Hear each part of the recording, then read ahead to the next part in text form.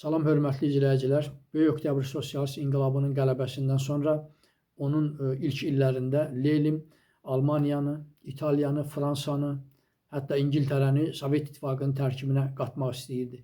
O, Trotski ilə apardığı məsləhətləşmələr zamanı belə düşünürdülər ki, bu rejim, sosialist rejimi tək yaşaya bilməz. Bu rejimi bütün dünyada, bütün qitədə yaymaq lazımdır. Hətta bunun üçün plakatlarla hazırlanmışdı. O dövrdə sadaladığım dövlətlərdə deməli davam edən böhranlar və tətillər onlara əsas verirdi ki, yəni Leninə və Trotskiyə əsas verirdi ki, bu dövlətlərdə çevriliş etmək olar. Lakin onların bu düşüncələrinə qəlbdə gülürdülər. Onlar cəhd etdilər ki, həmin dövlətlərdə çevriliş yolu ilə sosializm rejimini həyata keçirsinlər.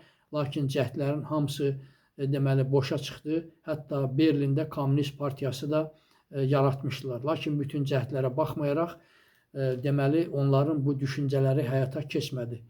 Əgər bu düşüncə həyata keçsəydi, bugün Avropanın xəritəsi tamamilə başqa bir xəritə ola bilərdi. Çox sağ olun, kanalıma abunə olmağı unutmayın.